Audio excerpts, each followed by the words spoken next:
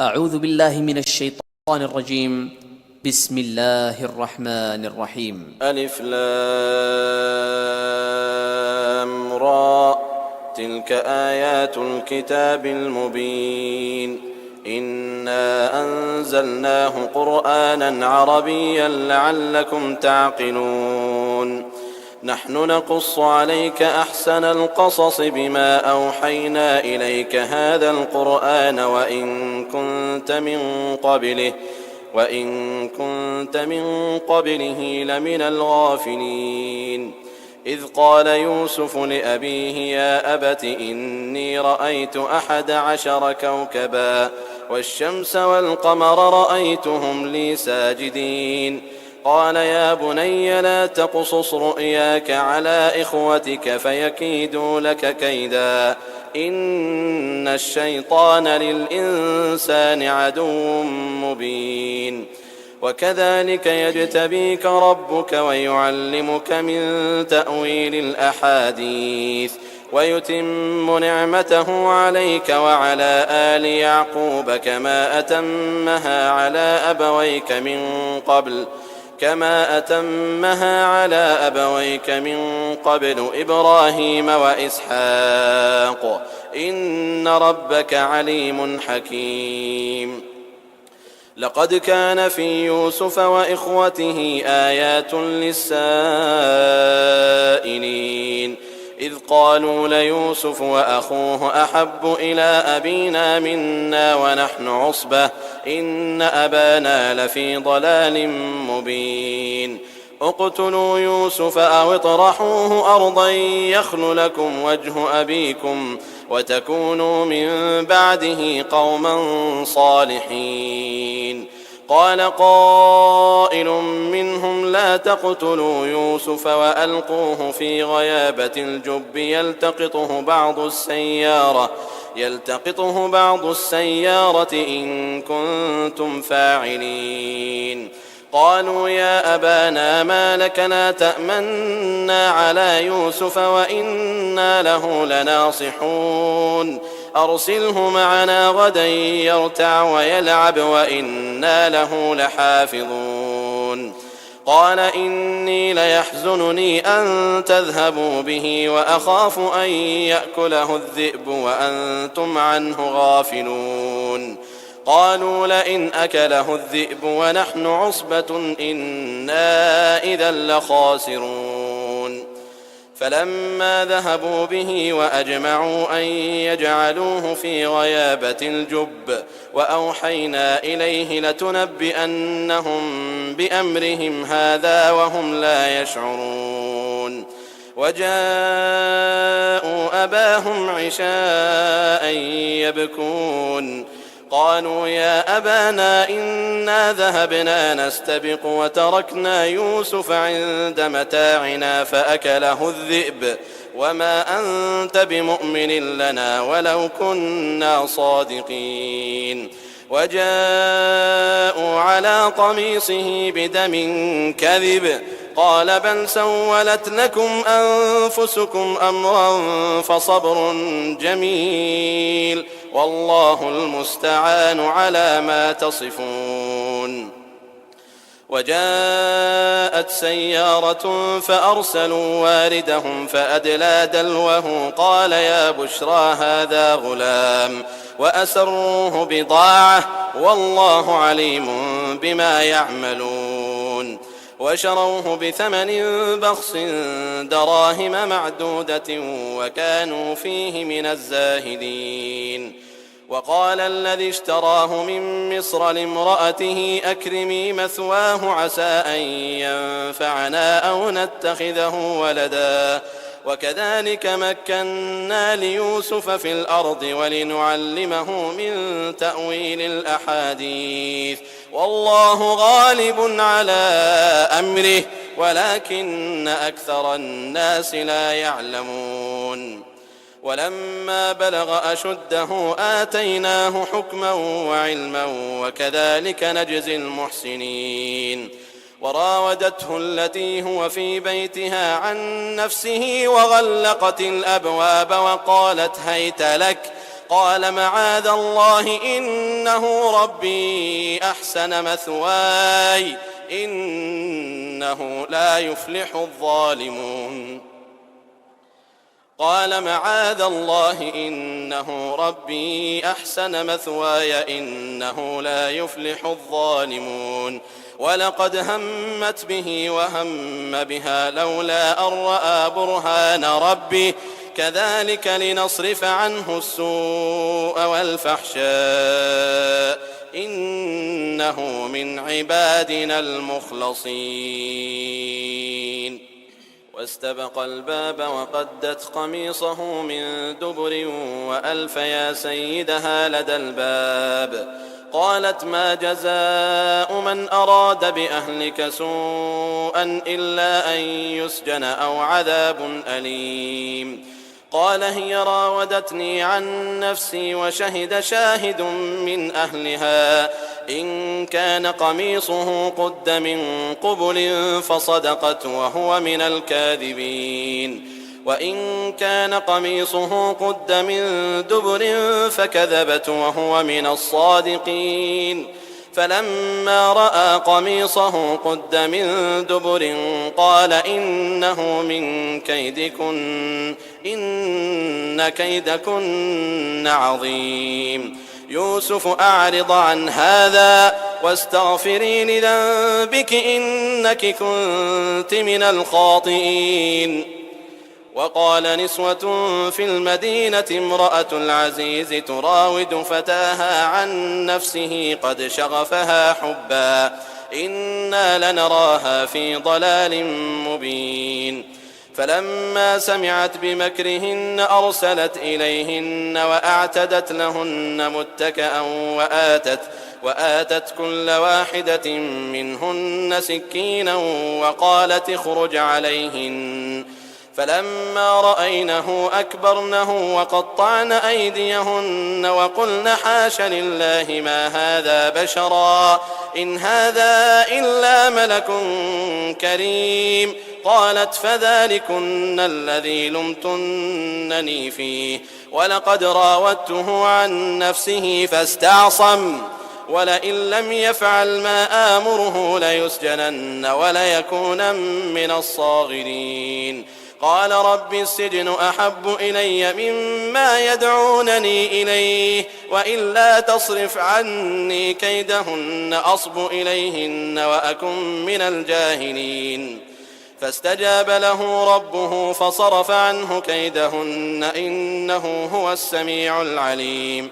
ثم بدا لهم من بعد ما رأوا الآيات ليسجننه حتى حين. ودخل معه السجن فتيان قال أحدهما إني أراني أعصر خمرا وقال الآخر إني أراني أحمل فوق رأسي خبزا تأكل الطير منه نبئنا بتأويله إنا نراك من المحسنين.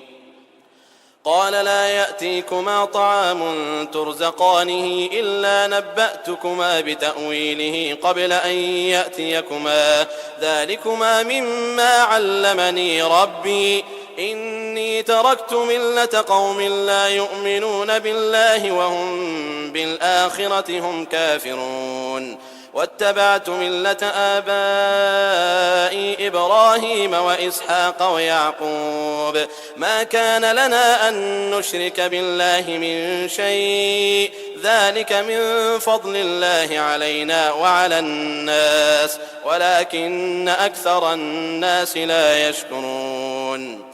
يا صاحبي السجن أأرباب متفرقون خير أم الله الواحد القهار ما تعبدون من دونه إلا أسماء سميتموها أنتم وآباؤكم ما أنزل الله بها من سلطان إن الحكم إلا لله أمر ألا تعبدوا إلا إياه ذلك الدين القيم ولكن أكثر الناس لا يعلمون.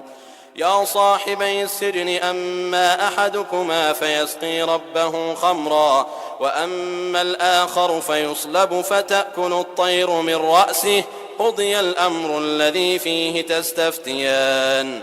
وقال للذي ظن أنه ناج منهما اذكرني عند ربك فأنساه الشيطان ذكر ربه فلبث في السجن بضع سنين. وقال الملك إني أرى 7 بقرات سمان يأكلهن 7 عجاف و7 سنبلات خضر وأخر يابسات يا أيها الملأ أفتوني في رؤياي إن كنتم للرؤيا تعبرون. قالوا أضغاث أحلام وما نحن بتأويل الأحلام بعالمين. وقال الذي نجا منهما وادكر بعد أمة أنا أنبئكم بتأويله فأرسلون.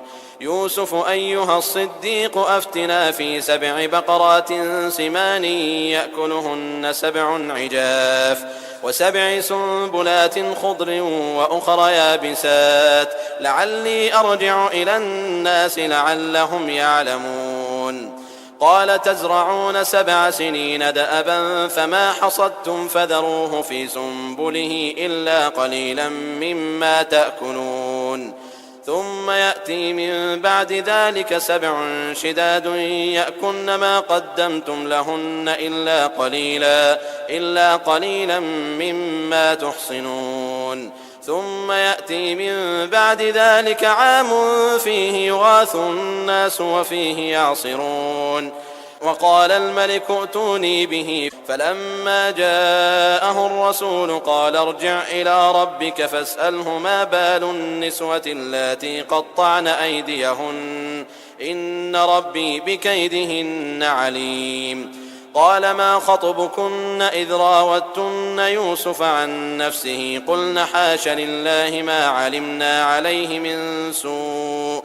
قالت امرأة العزيز الآن حصحص الحق أنا راودته عن نفسه وإنه لمن الصادقين.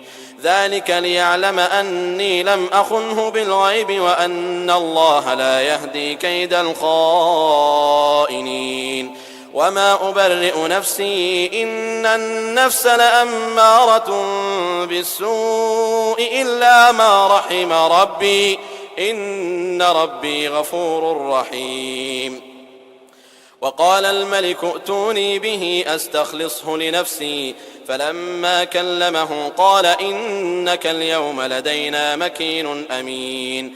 قال اجعلني على خزائن الأرض إني حفيظ عليم. وكذلك مكنا ليوسف في الأرض يتبوأ منها حيث يشاء نصيب برحمتنا من نشاء ولا نضيع أجر المحسنين. ولأجر الآخرة خير للذين آمنوا وكانوا يتقون. وجاء إخوة يوسف فدخلوا عليه فعرفهم وهم له منكرون.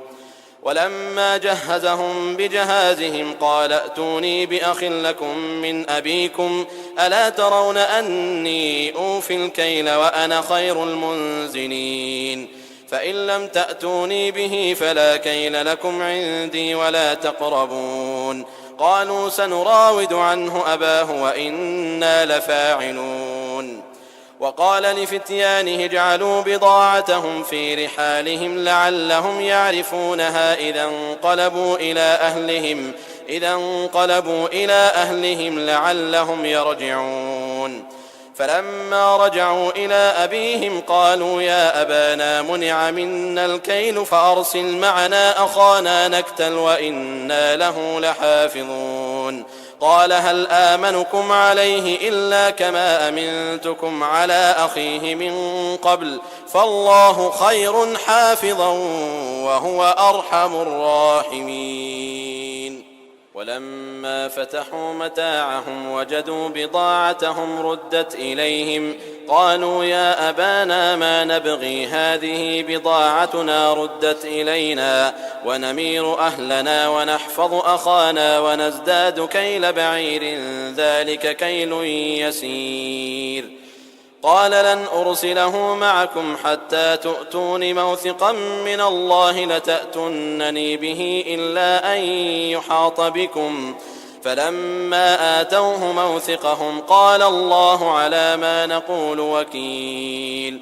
وقال يا بني لا تدخلوا من باب واحد وادخلوا من أبواب متفرقة وما أغني عنكم من الله من شيء إن الحكم إلا لله عليه توكلت وعليه فليتوكل المتوكلون.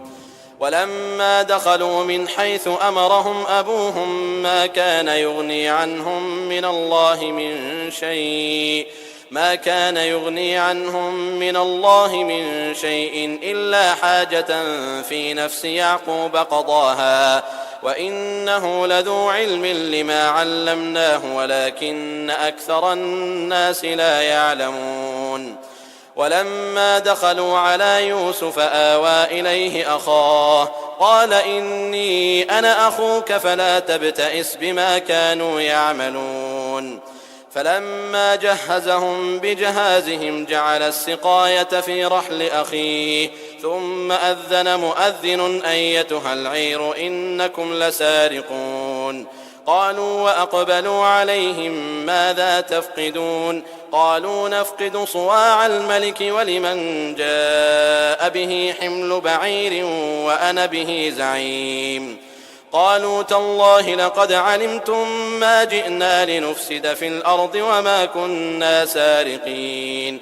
قالوا فما جزاؤه إن كنتم كاذبين. قالوا جزاؤه من وجد في رحله فهو جزاؤه كذلك نجزي الظالمين.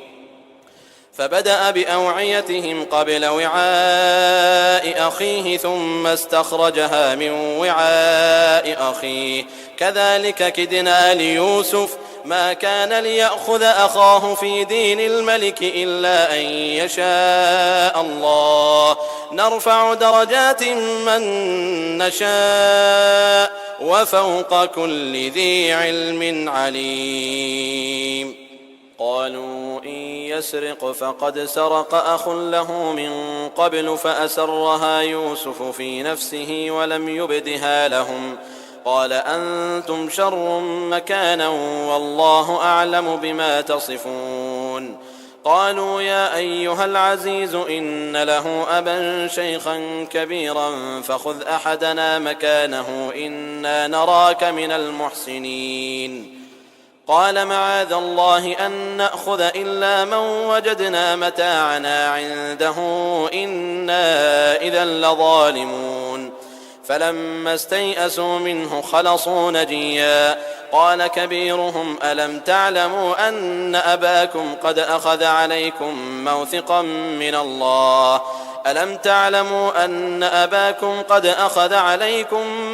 من الله ومن قبل ما فرطتم في يوسف فلن أبرح الأرض حتى يأذن لي أبي أو يحكم الله لي وهو خير الحاكمين. ارجعوا إلى أبيكم فقولوا يا أبانا إن ابنك سرق وما شهدنا إلا بما علمنا وما كنا للغيب حافظين. واسأل القرية التي كنا فيها والعير التي أقبلنا فيها وإنا لصادقون. قال بل سولت لكم أنفسكم أمرا فصبر جميل عسى الله أن يأتيني بهم جميعا إنه هو العليم الحكيم. وتولى عنهم وقال يا أسفا على يوسف وابيضت عيناه من الحزن فهو كظيم. قالوا تالله تفتأ تذكر يوسف حتى تكون حرضا أو تكون من الهالكين. قال إنما أشكو بثي وحزني إلى الله وأعلم من الله. قال إنما أشكو بثي وحزني إلى الله وأعلم من الله ما لا تعلمون. يا بني يذهبوا فتحسسوا من يوسف وأخيه ولا تيأسوا من روح الله إنه لا ييأس من روح الله إلا القوم الكافرون. فلما دخلوا عليه قالوا يا أيها العزيز مسنا وأهلنا الضر وجئنا ببضاعة مزجاة فأوف لنا الكيل وتصدق علينا إن الله يجزي المتصدقين. قال هل علمتم ما فعلتم بيوسف وأخيه إذ أنتم جاهلون؟ قالوا أئنك لأنت يوسف؟ قال أنا يوسف وهذا أخي قد من الله علينا إنه من يتق ويصبر فإن الله لا يضيع أجر المحسنين. قالوا تالله لقد آثرك الله علينا وإن كنا لخاطئين. قال لا تثريب عليكم اليوم يغفر الله لكم وهو أرحم الراحمين. اذهبوا بقميصي هذا فألقوه على وجه أبي يأت بصيرا وأتوني بأهلكم أجمعين. ولما فصلت العير قال أبوهم إني لأجد ريح يوسف لولا أن تفندون. قالوا تالله إنك لفي ضلالك القديم. فلما أن جاء البشير ألقاه على وجهه فارتد بصيرا قال ألم أقل لكم إني أعلم من الله ما لا تعلمون. قالوا يا أبانا استغفر لنا ذنوبنا إنا كنا خاطئين. قال سوف أستغفر لكم ربي إنه هو الغفور الرحيم. فلما دخلوا على يوسف آوى إليه أبويه وقال ادخلوا مصر إن شاء الله آمنين.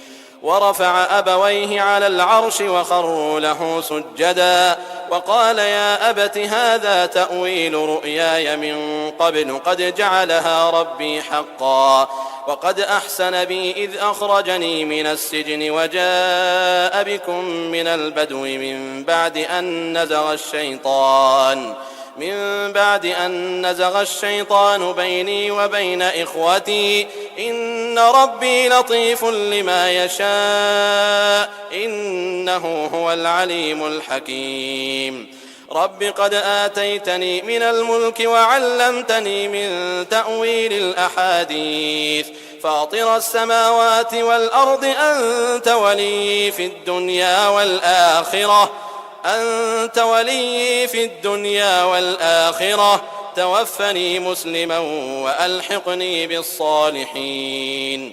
ذلك من أنباء الغيب نوحيه إليك وما كنت لديهم إذ أجمعوا أمرهم وهم يمكرون. وما أكثر الناس ولو حرصت بمؤمنين وما تسألهم عليه من أجر إن هو إلا ذكر للعالمين.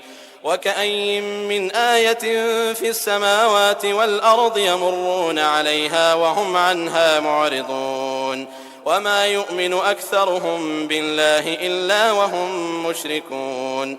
أفأمنوا أن تأتيهم غاشية من عذاب الله أو تأتيهم الساعة بغتة وهم لا يشعرون.